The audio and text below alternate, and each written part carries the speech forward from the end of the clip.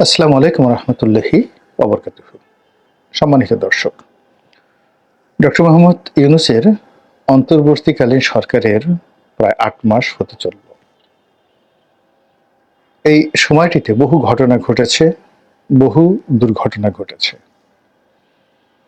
মানুষের মন এবং মননে নানা রকম প্রতিক্রিয়া তৈরি হয়েছে। রাজনীতিতে নতুন নতুন বলয় তৈরি হয়েছে। আশঙ্কা করার মতো দেশি এবং আন্তর্জাতিক অনেকগুলো প্রেক্ষাপট তৈরি হয়ে গেছে। এমনকি বাংলাদেশ যদি যুদ্ধে জড়িয়ে পড়ে,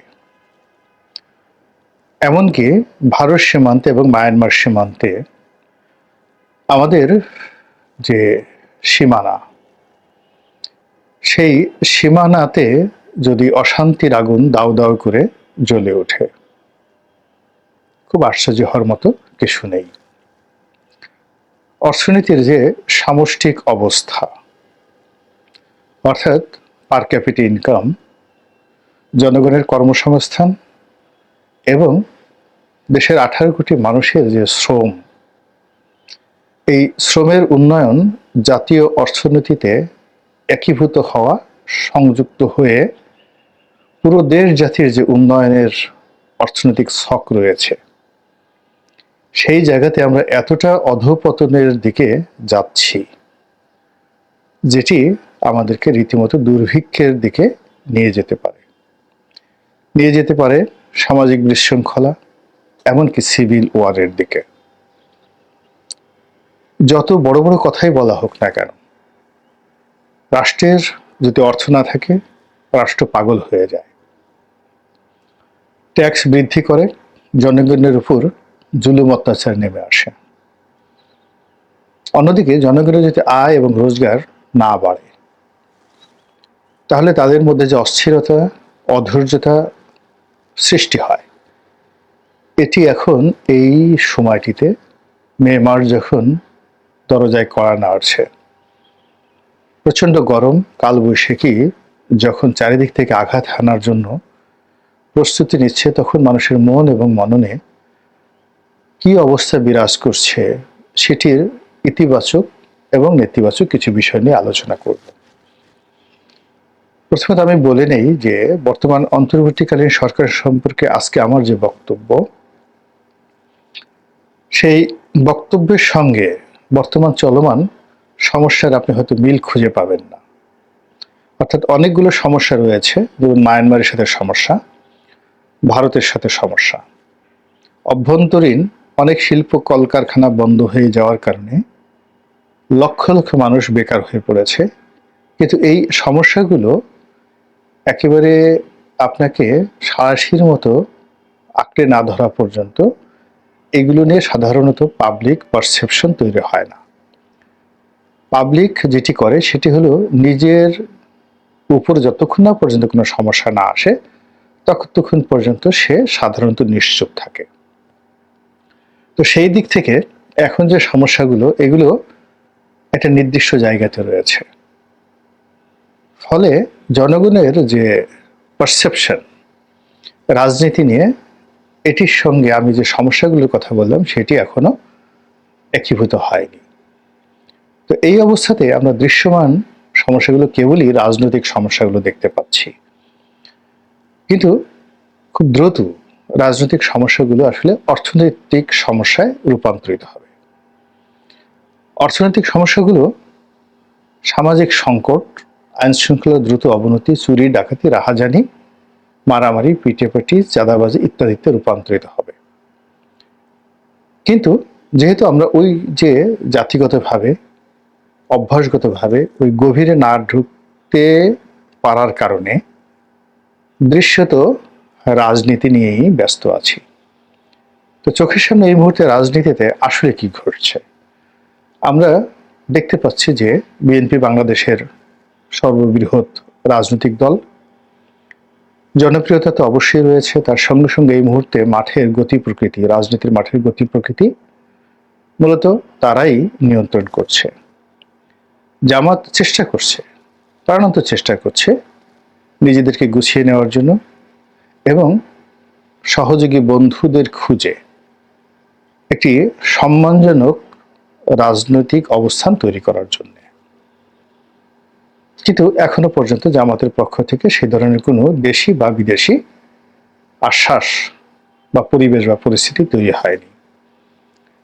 ফলে এখানে কার্যত অন্তর্বর্তীকালীন সরকারের প্রধান ডক্টর মোহাম্মদ ইউনূস এবং বিএনপি, এই দুই পক্ষের মধ্যেই সকল বিরোধ, সকল বন্ধুত্ব, সকল প্রেম, সকল বিরহ সবকিছু নির্ভর করছে।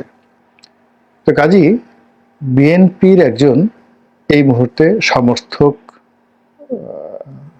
হিসাবে আপনার, আমার কথা বললাম না এই কারণে যে আমি যখন এই ভিডিওগুলো করি বা লেখালেখি করি তখন আমার মাথা থেকে বিএনপি বা আওয়ামী লীগ বা জামাত এদের প্রতি আমার যে ব্যক্তিগত দুর্বলতা, ক্ষোভ, বিক্ষোভ, রাগ বিরাগ এগুলো সব আমি ঝেড়ে ফেলি। আমি সাধারণত নিরপেক্ষ কথা বলার চেষ্টা করি।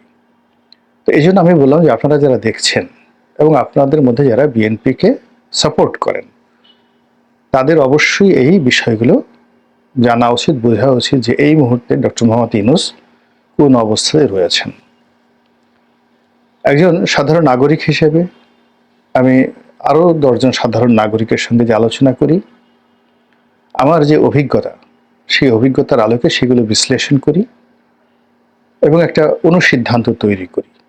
এবং আমি যেহেতু এই কাজই এখন করি বেশিরভাগ সময়টিতে, রাজনীতি, এইরকম ভিডিও কন্টেন্ট তৈরি করা, রাজনৈতিক বিষয়াদি নিয়ে লেখালেখি করা, সবার সমিতি সেমিনারে যাওয়া এবং রাজনীতির বিভিন্ন পক্ষ যারা আমার কাছে আসেন, বুদ্ধি চান, পরামর্শ চান, আলোচনা করতে চান, অনেকে সাহায্য চান, সহযোগিতা চান, তাদের সঙ্গে আলোচনায় যে বিষয়গুলো উঠে আসে সেই বিষয়গুলো আপনাদেরকে বলবো। প্রথমত, অ্যাজ এ ম্যান, ব্যক্তি হিসেবে এই মুহূর্তে ডক্টর মোহাম্মদ ইউনূসকে দেশের বেশিরভাগ মানুষ যতটা ভালো জানেন, যতটা যোগ্য মনে করেন এবং তাকে যেভাবে রেসপেক্ট করেন, ওই ইন পার্সন আপনি এই মুহূর্তে বাংলাদেশের দ্বিতীয় কোনো ব্যক্তিকে ধারের কাছে পাবেন না। বিএনপির কোনো নেতা বা আওয়ামী লীগের কোনো নেতা তাদের দলীয় নেতাকর্মীদের কাছে জনপ্রিয় হতে পারেন, কিন্তু আপামর জনসাধারণ, সর্বসাধারণ সকলের নিকট ডক্টর মোহাম্মদ ইউনূসের যে জনপ্রিয়তা, গ্রহণযোগ্যতা, এটা এখনো পর্যন্ত বিকল্প হয়ে ওঠেনি। ফলে তাকে নিয়ে যদি কেউ খেলে, অর্থাৎ ট্রাম্প হিসেবে বা ট্রাম্প কার্ড হিসেবে ডক্টর মোহাম্মদ ইউনূসকে কেউ প্রেসিডেন্ট বানাতে চান, প্রধানমন্ত্রী বানাতে চান এবং কৌশল অবলম্বন করতে পারেন, তাহলে জনগণের একটা সমর্থন এখানে এসে যাবে। রাজনৈতিক দলগুলো বিরোধিতা করবে, কিন্তু কার্যত কোনো লাভ হবে না, এটাই বাস্তবতা। দ্বিতীয়ত, ডক্টর মোহাম্মদ ইউনূসের সঙ্গে যে উপদেষ্টা রয়েছেন এদের অনেকের ব্যাপারে জনগণ আশাহত, খুবই বিরক্ত কারো কারো ব্যাপারে, এবং বেশ কয়েকজনের বিরুদ্ধে ইতিমধ্যেই দুর্নীতির অভিযোগ স্পষ্ট হয়ে উঠেছে। এই সমস্যাটা আমাদের না, এই সমস্যা ডক্টর মোহাম্মদ ইউনূসের। তিনি যদি এই সমস্যাটা সমাধান করতে পারেন তাহলে ওই যে প্রথমে বললাম জনগণ তার সম্পর্কে ভালো ধারণা করছে, এটি বাড়তে থাকবে। আর তিনি যদি এই বিষয়টিকে অবহেলা করেন তাহলে এক একটি উপদেষ্টা তার জন্য মরণ ফাঁদ হয়ে দেখা দেবে এবং এই উপদেষ্টাদের উপর মানুষের রাগ, বিরাগ, ক্ষোভ, এই উপদেষ্টাদের ব্যর্থতা, অদক্ষতা এবং তাদের দুর্নীতি, সকল দায় ডক্টর মোহাম্মদ ইউনূসের উপরে জনগণ চাপিয়ে দেবে। এখন যেভাবে শেখ হাসিনার উপরে সবকিছুর দায়ভার চাপানো হচ্ছে, অতীতে যেভাবে হাওয়া ভবনের জন্য সবকিছুর দায় যাদের উপর চাপানো হতো, ঠিক একইভাবে ডক্টর মোহাম্মদ ইউনূসকেও এইভাবে চাপানো হবে। এখন এই সমস্যাটা যারা ইউনূসপন্থী রয়েছেন তারা সমাধান করার চেষ্টা করছেন তাদের মতো করে, কিন্তু যারা ইউনূস বিরোধী রয়েছেন তারা কিন্তু এটাকে ম্যাটেরিয়ালাইজ করার জন্য, বস্তুগত করার জন্য, দৃশ্যমান করার জন্য এটিকে নিয়ে রাজনীতি করার জন্য যা যা করা দরকার আমার কাছে মনে হচ্ছে না যে বিএনপি এই কাজটি করতে পারছে। সাধারণ জনগণ যেখানে উপদেষ্টাদের যে কোনো দুর্নীতি নিয়ে, সমন্বয়কদের যে কোনো দুর্নীতি নিয়ে 10 মুখে কথা বলছে, সে তুলনায় বিএনপির নেতৃবৃন্দ কোনো কথাবার্তা না বলার কারণে পুরো পরিস্থিতি তাদের যে প্রতিপক্ষ ডক্টর মোহাম্মদ ইউনূসের পক্ষে চলে যাচ্ছে। এবং এই অবস্থা যদি চলতে থাকে সেক্ষেত্রে বিএনপি যে বিষয়গুলো এই মুহূর্তে দাবি করছে, আশা করছে, এটি যেমন নির্দিষ্ট সময় হবে না, বিশেষ করে নির্বাচন। দ্বিতীয়ত, নির্বাচন যদি হয়ও, কোনো কারণে দুর্ঘটনাবশত নির্বাচন হয়, ওটির ফলাফল, ওটির কার্যকারিতা, ওটির আরো যা কিছু রয়েছে সবই কিন্তু বুমেরাং হয়ে পড়বে বিএনপির জন্য। সর্বোপরি এক একটা দিন যাচ্ছে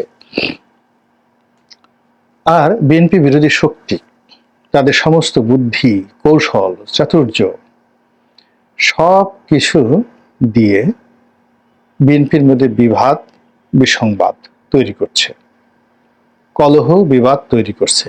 বিভেদ এবং বিসংবাদ একটি শব্দ হোক, আর কলহ এবং বিবাদ আরেকটি শব্দ তৈরি করছে। অবিশ্বাস তৈরি করছে বহু পক্ষের সঙ্গে, ভারতের সঙ্গে বিএনপির, ডক্টর ইউনূসের সঙ্গে বিএনপির, চীনের সঙ্গে বিএনপির, আর আমেরিকার সঙ্গে তো বিএনপির যে ভুল বুঝাবুঝি, ওটা এখনো নিষ্পত্তি হয়নি। সর্বোপরি বিএনপির মধ্যে যে অভ্যন্তরীণ সংঘাত রয়েছে, এটি এতটা তীব্র আকার ধারণ করেছে যেটি আমরা দেখতে পাচ্ছি না। বিকজ বিএনপির এই মুহূর্তে সর্বজন শ্রদ্ধেয় কোনো নেতা নেই। যারা আছেন তারা সবাই মূলত লন্ডনে জনাব তারেক রহমান সাহেব যে হুকুম দিচ্ছেন, ইনস্ট্রাকশন দিচ্ছেন, উপদেশ দিচ্ছেন, সেটাকে তারা ক্যারি অন করছে। সেটা মির্জা ফখরুল সাহেব বলেন, সালাউদ্দিন সাহেব বলেন, রিজভী সাহেব বলেন, কিংবা আমির খসরু মাহমুদ চৌধুরী বলেন, নজরুল ইসলাম খান বলেন, ডক্টর মঈন খান বলেন। স্বপ্রণোদিত হয়ে দলের জন্য অ্যাজ এ হোল এবং অ্যাজ অ্যান ইন্ডিপেন্ডেন্ট বডি কেউ কাজ করছে না। সবাই তাকিয়ে আছে তাদের সুপ্রিম কমান্ডার জনাব তারেক রহমান সাহেবের উপর, এবং তিনি যেহেতু এখন আকাশে আছেন, মানে দূরবর্তী স্থানে আছেন, ফলে বিভেদ, বিসংবাদগুলো মাথা চাড়া দিয়ে উঠছে না। এর কারণ হলো যারা বিভেদকারী নিজেরা প্রত্যন্ত অঞ্চলে একটা হাট দখল নিয়ে, বাজার দখল নিয়ে, চাঁদাবাজি নিয়ে, ময়লাবাজি নিয়ে তারা হয়তো দ্বন্দ্ব সংঘাত করছে। এখানে ময়লাবাজি বললাম এই কারণে যে পাড়া মহল্লায় যে ময়লা সংগ্রহের যে কাজটি, এটি বেশ লাভজনক। আওয়ামী লীগ জামানাতে এটি নিয়ে বহু মারামারি কাটাকাটি হয়েছে, এবং এটা এখন বিএনপি যারা লোকজন তারা দখল করে ফেলেছে, অথবা অন্য জায়গায় যদি অন্য কোনো দল শক্তিশালী থাকে তারা দখল করে ফেলেছে। আবার এগুলো কারা করবে ওটা নিয়ে নিজেদের মধ্যে বিভেদ করছে। তো এইরকম ময়লার গাড়ির বা সিটি কর্পোরেশন ময়লার আবর্জনা পরিষ্কারের যে কর্মটি, ঝাড়ু দেওয়ার কর্মটি, এটি নিয়ে কিন্তু দ্বন্দ্ব সংঘাত হচ্ছে, ডিশ নিয়ে দ্বন্দ্ব সংঘাত হচ্ছে, ইন্টারনেট কানেকশন নিয়ে দ্বন্দ্ব সংঘাত হচ্ছে, এবং নিজেরা এই বিষয়গুলো নিজেরা মারামারি করছে। থানা পুলিশ এখানে তারা নিজেদের পক্ষে নিয়ে নিচ্ছে বা বিপক্ষে তারা দাঁড় করাচ্ছে। কিন্তু যেই মুহূর্তে জনাব তারেক রহমান সাহেব দেশে চলে আসবেন এবং তাকে পাওয়া যাবে, সব সমস্যাগুলো মানে তার দরবারে গিয়ে উপস্থিত হবে। তাকে একটি পক্ষ নিতে হবে এবং অপর পক্ষকে দমন করতে হবে। এবং এর ফলে কি হলো, তিনি যেখানে বসবেন সেই অফিসের সামনে প্রায় প্রতিদিনই মারামারি, কাটাকাটি, গুলাগুলি, বোমাবাজি হতে থাকবে অভ্যন্তরীণ বিরোধের জের ধরে। এই সমস্যা দূর করার ক্ষেত্রে কেবলই মাত্র রাষ্ট্র ক্ষমতা জনাব তারেক রহমানের ভ্যানগার্ড বা সেফগার্ড হিসেবে কাজ করতে পারে। কিন্তু এখন যদি তিনি এটা চেষ্টা করেন তাহলে তিনি মুভ করা তো দূরের কথা, তিনি যেখানে যাবেন সেখানে এরকম বিরোধী পক্ষ 3টি বৈঠক করবে বা 4টি বৈঠক করবে 4 জায়গাতে, সবাই টানাটানি করবে তাকে নিয়ে, আপনি এখানে আসেন, এখানে আসেন। এর কারণ হলো কমিটিগুলো এভাবে গঠন করা হয়েছে এবং তার কাউন্টার কমিটিগুলো এভাবে কাজ করছে, তার কাউন্টার কমিটিগুলো অন্যভাবে শক্তিশালী হচ্ছে। সবই দৃশ্যমান হয়ে পড়বে তার উপস্থিতিতে নিজেদের কুয়াত দেখানোর জন্য, শক্তিমত্তা প্রদর্শনের জন্য। তো এই যে অবস্থা, এই অবস্থাটা ডক্টর মোহাম্মদ ইউনূস এবং তার যারা লোকজন তারা তাদের জন্য পজিটিভ হিসেবে নিয়েছেন। ফলে বিএনপি যত উত্তেজিত হচ্ছে তারা তত কুল হচ্ছেন, এবং বিএনপি যত দ্রুত নির্বাচন চাচ্ছে তারা তত কাউন্টার, ঢিলেমি, তারপরে নানা রকম ব্যর্থবোধক কথাবার্তা বলে পুরো পরিস্থিতিকে জটিল করে তুলছে। ফলে এই অবস্থায় আগামীর যে রাজনীতি, এটি যে একটি সহজ এবং সরল সমাধান হবে আমার কাছে ব্যক্তিগতভাবে মনে হচ্ছে না।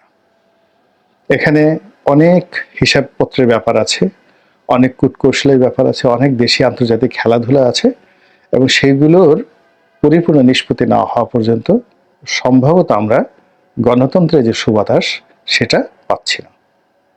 আল্লাহ আমাদের সবাইকে হেদায়েত দান করুন এবং হেফাজত করুন। আসসালামু আলাইকুম ওয়া রাহমাতুল্লাহি ওয়া বারাকাতুহু। আসসালামু আলাইকুম প্রিয় দর্শক, আশা করি পুরো ভিডিওটি দেখেছেন এবং বুঝতে পেরেছেন। কথা বলেন গোলাম মাওলা রনি, সাবেক সংসদ সদস্য, লেখক এবং জার্নালিস্ট। অত্যন্ত গুরুত্বপূর্ণ আলোচনা করলেন। প্রিয় দর্শক, কেমন লাগলো অবশ্যই কমেন্টে জানাবেন। সবাই ভালো থাকবেন, সুস্থ থাকবেন। ভিডিওটি শেষ করছি। আসসালামু আলাইকুম।